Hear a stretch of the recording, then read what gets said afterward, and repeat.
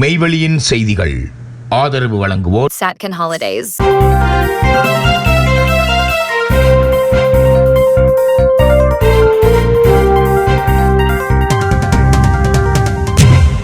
வணக்கம். மெய்வெளியின் செய்திகள் வாசித்தளிப்பவர் சிவசம்பு பரிமேலழகர். முதலில் இலங்கை செய்திகள்.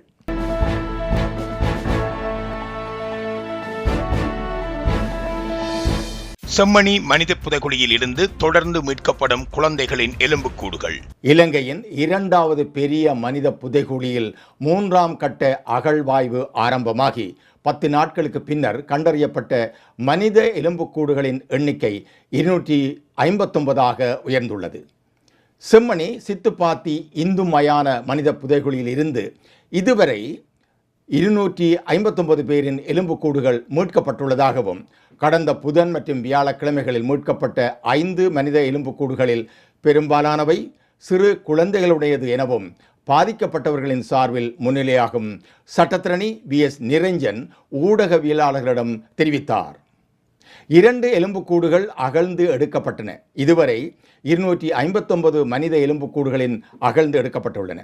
254 எலும்புக்கூடுகள் அடையாளம் காணப்பட்டுள்ளன என தெரிவித்த சட்டத்தரணி, புதைகுழியிலிருந்து மீட்கப்பட்டு நேற்றைய தினம் நீதிமன்றத்தில் ஒப்படைக்கப்பட்ட 14 பிற பொருட்கள் உட்பட இதுவரை 82 தொடக்கம் 96 வரையான பிற பொருட்கள் நீதிமன்றத்தில் ஒப்படைக்கப்பட்டுள்ளதாக தெரிவித்திருந்தார். அகழ்வு பணிக்கு அரசாங்கத்திடமிருந்து 2.1 மில்லியன் ரூபாய் நிதி கிடைக்கப்பெற்றதை அடுத்து செம்மணி சித்துப்பாத்தி இந்து மயான மனித புதைகுழியின் அகழ்வாய்வு பணிகள் 27 ஏப்ரல் 2026 அன்று யாழ்ப்பாண நீதவான் செல்வநாயகம் லெனின்குமார் முன்னிலையில் ஆரம்பமானது. நீதிமன்ற உத்தரவின் பேரில் தடயவியல் தொல்பொருள் ஆய்வாளர் பேராசிரியர் ராஜ் சோமதேவா மற்றும் யாழ்ப்பாண சட்ட வைத்திய அதிகாரி செல்லையா பிரணவன் ஆகியோரது வழி நடத்தலில் யாழ்ப்பாணம் செம்மணி சித்துப்பாத்தி மனித புதைகுழியின் அகழ்வு பணிகள் முதன்முறையாக 2025 மே 15ஆம் தேதி ஆரம்பமாக இருந்தமை குறிப்பிடத்தக்கது. இந்த நிலையில் 45 நாட்களாக முன்னெடுக்கப்பட்ட 2ஆம் கட்ட அகழ்வு பணிகள் 2025 செப்டம்பர் 6ஆம் தேதி மதியம் நிறைவடைந்த போது மனித புதைகுழியிலிருந்து மீட்கப்பட்ட சிறுவர்கள் உள்ளிட்ட 240 மனித எலும்புக்கூடுகளில் ஒன்றை தவிர அனைத்து எலும்புக்கூடுகளும் அகழ்ந்து எடுக்கப்பட்டிருந்தன. அனைத்து எலும்புக்கூடுகளும் அகழ்வாய்வு குழியில் 1.5 முதல் 2 அடி ஆழத்தில் கண்டெடுக்கப்பட்டிருந்தன. அகழ்வாய்வின் 2ஆம் கட்டத்தின் போது மீட்கப்படாத மனித எலும்புக்கூடு இன்னும் மீட்கப்படவில்லை எனவும் அது பாதுகாக்கப்படுவதாகவும் பாதிக்கப்பட்டவர்களின் சார்பில் முன்னிலையாகும் சட்டத்திரணி விஎஸ் நிரஞ்சன் ஏப்ரல் 30, 26 அன்று ஊடகங்களிடம் தெரிவித்திருந்தார். மனித புதைகுழியிலிருந்து மனித எலும்புக்கூடுகளுடன் இதுவரை அகழ்ந்து எடுக்கப்பட்ட ஏனைய பொருட்களுள் பால் போத்தல், பொம்மை உள்ளிட்ட விளையாட்டுப் பொருட்கள், சிறுவர் காலணிகள் மற்றும் பாடசாலை பைகள், நாணய குற்றிகள் மற்றும் ஆபரணங்களும் உள்ளடங்குகின்றன.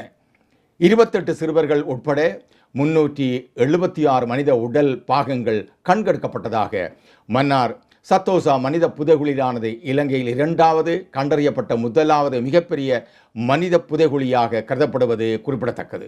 ஸ்ரீலங்கன் ஏர்லைன்ஸ் மோசடி வழக்கு முன்னாள் சிஇஓ தற்கொலை. ஸ்ரீலங்கன் ஏர்லைன்ஸ் நிறுவனத்தின் முன்னாள் நிறைவேற்று அதிகாரி கபில சந்திரசேன தற்கொலை செய்து கொண்டுள்ளதாக போலீஸ் ஊடகப் பிரிவு தெரிவித்துள்ளது.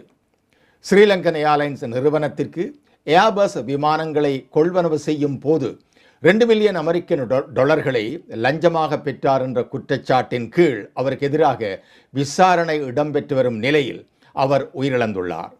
இந்த வழக்கில் விளக்கமறியலில் வைக்கப்பட்டிருந்த கபில சந்திரசேனவுக்கு கடந்த 2 தினங்களுக்கு முன்னர் பிணை வழங்கப்பட்டிருந்தது. பிணை நிபந்தனைகளை மீறி அவர் செயற்பட்டமை கண்டறியப்பட்டதை தொடர்ந்து அவரை மீளவும் கைது செய்து நீதிமன்றத்தில் முற்படுத்துமாறு உத்தரவிடப்பட்டிருந்தது. இந்த நிலையில் கொள்ளுப்பட்டியில் உள்ள வீட்டில் அவருடைய சடலம் மீட்கப்பட்டுள்ளதாக அறிவிக்கப்படுகின்றது. இலங்கை மற்றும் வியட்நாம் இடையே அறிவியல் துறைசார் உடன்படிக்கை. இலங்கைக்கும் வியட்நாமுக்கும் இடையே அறிவியல், தொழில்நுட்பம் மற்றும் புத்தாக்கத் துறையில் ஒத்துழைப்பை வலுப்படுத்தும் நோக்கில் முதன்முறையாக இன்றைய தினம் புரிந்துணர்வு உடன்படிக்கை ஒன்று கையெழுத்திடப்பட்டுள்ளது. இந்த உடன்படிக்கை இலங்கை அறிவியல் மற்றும் தொழில்நுட்ப அமைச்சுக்கும் வியட்நாமிய அறிவியல் மற்றும் தொழில்நுட்ப அமைச்சுக்கும் இடையில் கையெழுத்தாகியுள்ளது. இரு நாடுகளுக்கும் இடையில் இத்துறை சார்ந்து கையெழுத்திடப்பட்ட முதலாவது புரிந்துணர்வு ஒப்பந்தம் இதுவாகும். இலங்கை அரசாங்கத்தின் சார்பாக அறிவியல் மற்றும் தொழில்நுட்ப அமைச்சர் பேராசிரியர் கிருஷாந்த் அபேசேனாவும், வியட்நாம் அரசாங்கத்தின் சார்பாக அந்நாட்டின் அறிவியல் மற்றும் தொழில்நுட்ப அமைச்சர் பூ காய் குவான் இந்த உடன்படிக்கையில் கையெழுத்திட்டிருந்தனர். தேசிய அபிவிருத்தி இலக்குகளை அடைவதற்காக அறிவியல், அறிவு, ஆராய்ச்சி மற்றும் தொழில்நுட்ப திறன்களை மேம்படுத்துவதன் மூலம் இரு நாடுகளுக்கும் இடையே நீண்டகால ஒத்துழைப்பை வலுப்படுத்துவதே இதன் முக்கிய நோக்கமாகும். இதற்கமைய உயிரியல் தொழில்நுட்பம், விவசாயம், மூலிகை மற்றும் உணவு தொழில்நுட்பம், காலநிலை மாற்றத்திற்கேற்ற தொழில்நுட்பங்கள், இலத்திரனியல், தானியங்கி மயமாக்கல் மற்றும் தகவல் தொழில்நுட்பம் ஆகிய துறைகளில் ஒத்துழைப்பை மேம்படுத்த எதிர்பார்க்கப்படுகின்றது.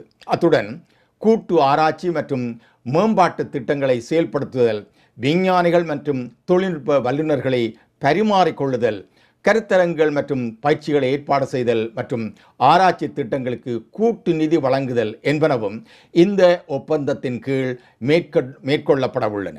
மணல் அகழ்வு நடைபெறும் முக்கிய 3 ஆற்றுப்படுக்கைகளில் கேமராக்கள். மன்னார் மாவட்டத்தில் சட்டவிரோதமாக நடவடிக்கையில் ஈடுபடும் மணல் வியாபாரிகளின் அனுமதி பத்திரங்கள் உடனடியாக ரத்து செய்யப்பட்டு அவர்கள் கருப்பு பட்டியலில் சேர்க்கப்படுவார்கள் என வன்னி மாவட்ட பாராளுமன்ற உறுப்பினர் மன ஜெகதீஸ்வரன் தெரிவித்துள்ளார். மன்னார் மாவட்ட செயலகத்தில் நேற்றைய தினம் 7ஆம் தேதி வியாழக்கிழமை அன்று இடம்பெற்ற மணல் விலை நிர்ணயம் தொடர்பில் ஆராயும் விசேட கூட்டத்தை தொடர்ந்து ஊடகங்களுக்கு கருத்து தெரிவிக்கையிலேயே அவர் இவ்வாறு தெரிவித்திருந்தார். அவர் மேலும் தெரிவிக்கையில், மன்னார் மாவட்ட அபிவிருத்தி குழு தலைவர் பிரதி அமைச்சர் உபாலி சமரசிங்க தலைமையில் மணல் அகழ்வு மற்றும் மணல் விநியோகம் தொடர்பான 2 முக்கிய கூட்டங்கள் நடைபெற்றன. இக்கூட்டங்களில் அரசாங்க அதிபர், முப்படை அதிகாரிகள், துறைசார் திணைக்கள பிரதிநிதிகள் மற்றும் மணல் வியாபாரிகள் கலந்து கொண்டிருந்தனர். மன்னார் மாவட்டத்தில் கட்டுமான பணிகளில் ஈடுபடும் ஏழை எளிய மக்கள் மற்றும் அரசாங்க கட்டுமான பணிகளுக்கு நியாயமான விலையில் மணல் கிடைப்பதை உறுதி செய்ய நடவடிக்கை எடுக்கப்படும் எனவும், சட்டவிரோத மணல் அகழ்வை தடுக்க இனிவரும் காலங்களில் துறைசார் திணைக்களங்களின் அனுமதியுடன் மேலதிகமாக அரசாங்க அதிபரின் நேரடி ஒப்புதலும் அவசியம் ஆக்கப்பட்டுள்ளது. இது குறித்த புதிய சுற்றறிக்கை அடுத்த வாரம் வெளியிடப்படும். மணல் அகழ்வு நடைபெறும் முக்கிய 3 ஆற்று படுக்கைகளிலும் கண்காணிப்பு கமராக்கள் பொருத்தப்படும். மணல் கொண்டு செல்லும் அனுமதி பத்திரங்கள் இதுவரை கைமுறையாக ரத்து செய்யப்பட்ட நிலையில் இனி ஸ்கேன் முறை மூலம் டிஜிட்டல் முறையில் ரத்து செய்யப்படும். இதன் மூலம் ஒரே அனுமதி பத்திரத்தை மீண்டும் பயன்படுத்துவது தடுக்கப்படும். பாதுகாப்பு அமைச்சினால் உருவாக்கப்பட்ட விசேட படைப்பிரிவு ஒன்று நேரடியாக அரசாங்க அதிபருடன் இணைந்து இந்த கண்காணிப்பு பணிகளில் ஈடுபடும். இந்த பிரிவினர் மாவட்டத்திற்கு வெளியிலிருந்து நியமிக்கப்படுவார்கள் என்பதால் தகவல் கிடைத்த 20-30 நிமிடங்களுக்குள் சம்பவ இடத்துக்கு சென்று சட்ட நடவடிக்கை எடுக்க முடியும். சட்டவிரோத நடவடிக்கையில் ஈடுபடும் மணல் வியாபாரிகளின் அனுமதி பத்திரங்கள் உடனடியாக ரத்து செய்யப்பட்டு அவர்கள் கருப்பு பட்டியலில் சேர்க்கப்படுவார்கள் என எச்சரிக்கப்பட்டுள்ளது. இந்த நடவடிக்கைகள் மூலம் மணல் விநியோகத்தை சீர்படுத்தவும் சட்டவிரோத மணல் அகழ்வை முற்றாக கட்டுப்படுத்தவும் தீர்மானிக்கப்பட்டுள்ளது என மேலும் தெரிவித்துள்ளார். டெனியாயாவில் பரவும் மர்ம காய்ச்சல். டெனியாயாவில் பரவி வரும் மர்ம காய்ச்சலால் அங்குள்ள பாடசாலை ஆசிரியர்களும் மாணவர்களும் வெகுவாக பாதிக்கப்பட்டு வருகின்றனர். டெனியாய கல்வி வலயத்திற்குட்பட்ட பாடசாலை மாணவர்கள் மற்றும் ஆசிரியர்கள் மத்தியில் வேகமாக பரவி வரும் காய்ச்சல் நிலைமையை கருத்தில் கொண்டு 4 பாடசாலைகளை தற்காலிகமாக மூடுவதற்கு நடவடிக்கை எடுத்த நிலையில் தொற்று நோயியல் பிரிவின் விசேட நிபுணர்கள் குழுவினர் டெனியாயாவிற்கு செல்ல உள்ளதாக தெரிவிக்கப்படுகின்றது. சுகாதார அமைச்சின் தொற்று நோயியல் பிரிவின் விசேட நிபுணர்கள் குழுவினர் டெனியாயாவிற்கு செல்ல உள்ளதாக மாவட்ட சுகாதார சேவைகள் பணிப்பாளர் சுமித் மனதுங்க தெரிவித்துள்ளார். காய்ச்சல் வேகமாக பரவினாலும் இது ஒரு தொற்று நோய் மட்டத்திற்கு இன்னும் தீவிரமடையவில்லை. பாடசாலைகளை மீண்டும் திறப்பது குறித்த தீர்மானம் சுகாதாரத்துறையினரின் ஆலோசனையின் அடிப்படையில் எடுக்கப்படும் என தென் மாகாண கல்வி செயலாளர் NKR பத்ரன தெரிவித்துள்ளார். மாணவர்கள் மற்றும் ஆசிரியர்களுக்கிடையே நோய் பரவல் அதிகரிப்பதை கட்டுப்படுத்தவே இந்த முன்னெச்சரிக்கை நடவடிக்கை எடுக்கப்பட்டுள்ளதாக கல்வி அதிகாரிகள் மேலும் தெரிவித்துள்ளனர். போலி அமெரிக்க டாலர் நாணயத்தாள்களுடன் வெளிநாட்டவர்கள் 2 கைது. போலி அமெரிக்க டாலர் நாணயத்தாள்களுடன் தஜிகிஸ்தான் நாட்டைச் சேர்ந்த 2 காலி டிக்சன் வீதி பகுதியில் போலீசாரால் கைது செய்யப்பட்டுள்ளனர். காலி உணவற்றுண பகுதியில் மோட்டார் சைக்கிள்களை வாடகைக்கு வழங்கும் நிலையத்தின் உரிமையாளர் ஒருவர் உணவற்றுண சுற்றுலா போலீஸ் பிரிவில் செய்த முறைப்பாட்டுக்கு அமைய இந்த விசாரணைகள் ஆரம்பிக்கப்பட்டிருந்தன. குறித்த 2 மோட்டார் சைக்கிள்களை வாடகைக்கு எடுப்பதற்காக இலங்கை பெறுமதியில் 1,28,000 ரூபாய் மதிப்புள்ள 400 அமெரிக்க டாலர் பெறுமதியான போலி நாணயத்தாள்களை வழங்கியுள்ளனர். முறைப்பாட்டை அடுத்து உடனடியாக செயற்பட்ட உணவற்றுண சுற்றுலா போலீஸ் நிலைய அதிகாரிகள் சந்தேக நபர்கள் தங்கியிருந்த காலி டிக்சன் வீதியில் உள்ள விடுதியை சோதனையிட்டனர். இதன்போது சந்தேக நபர்களிடமிருந்து மேலும் 5,200 போலி அமெரிக்க டாலர் நாணயத்தாள்களை போலீசார் கைப்பற்றியுள்ளனர்.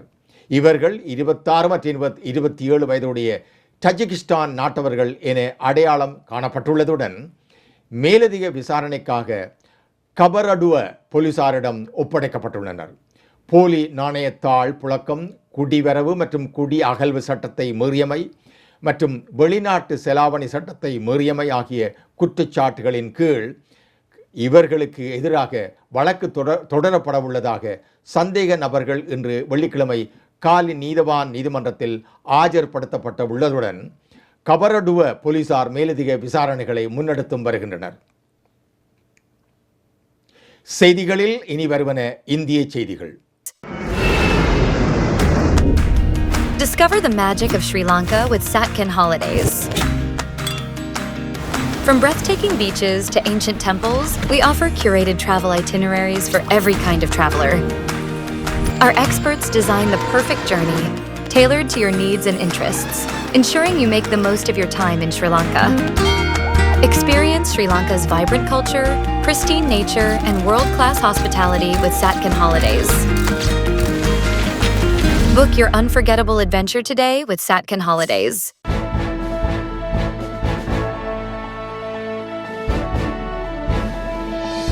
இருநூற்று 33 எம்எல்ஏக்களும் இன்னும் பதவியேற்கவில்லை. கொந்தளித்த மக்கள் நீதி மய்ய கமல்.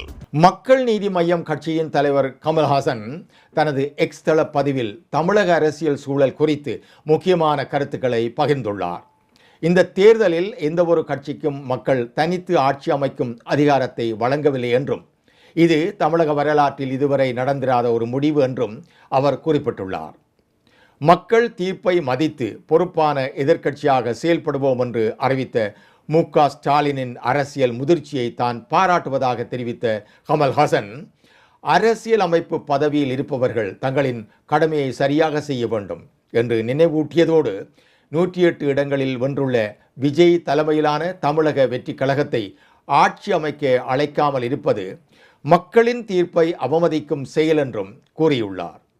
233 உறுப்பினர்கள் இன்னும் பதவியேற்க முடியாமல் இருப்பது மாநிலத்துக்கு ஏற்பட்ட அவமானம் என்றும் பெரும்பான்மையை சட்டமன்றத்தில் தான் நிரூபிக்க வேண்டும் என்ற உச்ச நீதிமன்ற தீர்ப்பை ஆளுநர் பின்பற்ற வேண்டும் என்றும் கமல்ஹாசன் வலியுறுத்தியதோடு இது கட்சி அரசியல் அல்ல, ஒரு குடிமகனாக தனது கொள்கை குரல் என்பதையும் தெளிவாக குறிப்பிட்டிருந்தார். சென்னையில் 3.58 கோடி ரூபாய் மதிப்பிலான கஞ்சா பறிமுதல்.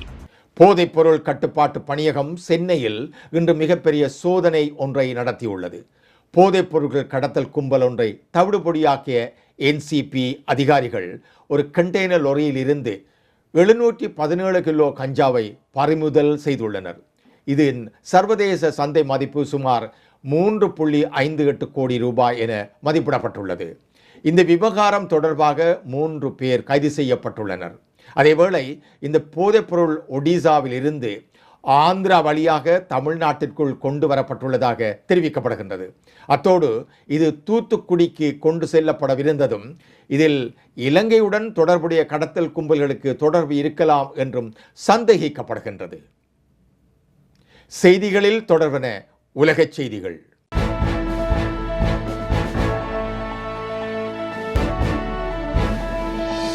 ஹார்முஸ் நீரிணையில் அமெரிக்கா மற்றும் ஈரான் நேரடி மோதல், ட்ரம்ப் கடும் எச்சரிக்கை. ஹோர்முஸ் நீரிணையில் அமெரிக்க கடற்படை கப்பல்கள் மீது ஈரான் தாக்குதல் நடத்தியதை தொடர்ந்து ஈரான் மீது முன்னெப்போதையும் விட மிக கடுமையான மற்றும் வன்முறையான தாக்குதல்களை நடத்த நேரிடும் என்று அமெரிக்க அதிபர் டொனால்ட் ட்ரம்ப் எச்சரித்துள்ளார். அமெரிக்க கடற்படையின் 3 அதிநவீன போர் கப்பல்கள் ஹோர்முஸ் நீரிணை வழியாக சென்றபோது ஈரான் அவற்றை நோக்கி ஏவுகணைகளை மற்றும் ட்ரோன்களை ஏவி தாக்குதல் நடத்தியது. இந்த தாக்குதலில் அமெரிக்க கப்பல்களுக்கு எந்த பாதிப்பும் ஏற்படவில்லை என்றும் அமெரிக்காவின் பதில் தாக்குதலில் ஈரானின் ட்ரோன்கள் மற்றும் பல சிறிய படகுகள் கடலில் மூழ்கடிக்கப்பட்டதாகவும் ட்ரம்ப் தனது சமூக வலைத்தள பதிவில் குறிப்பிட்டுள்ளார்.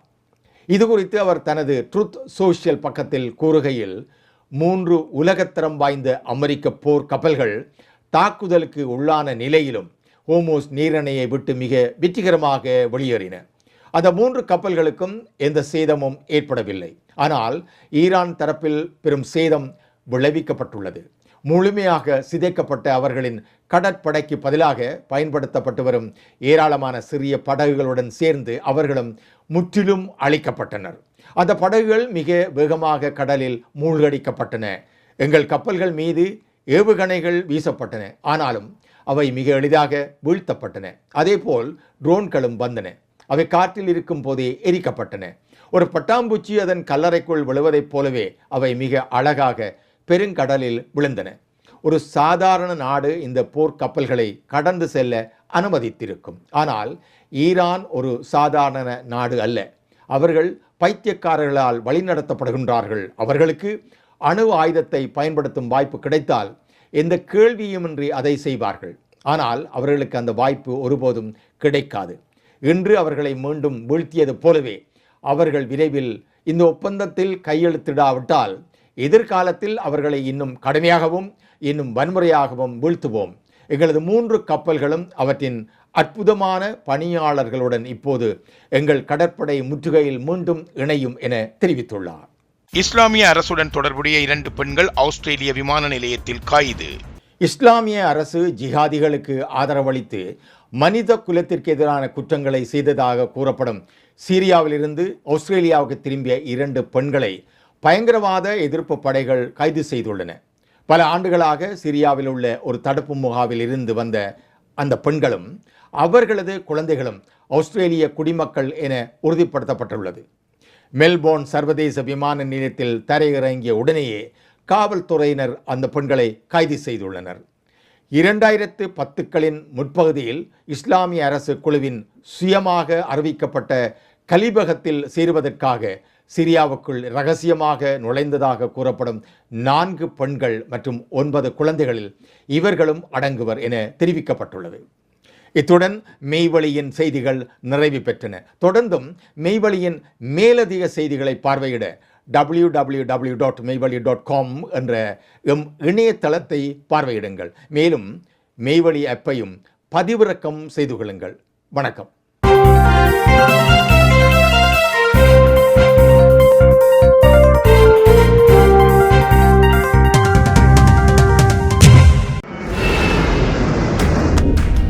Discover the magic of Sri Lanka with Satkin Holidays. From breathtaking beaches to ancient temples, we offer curated travel itineraries for every kind of traveler. Our experts design the perfect journey, tailored to your needs and interests, ensuring you make the most of your time in Sri Lanka. Experience Sri Lanka's vibrant culture, pristine nature, and world-class hospitality with Satkin Holidays. Book your unforgettable adventure today with Satkin Holidays.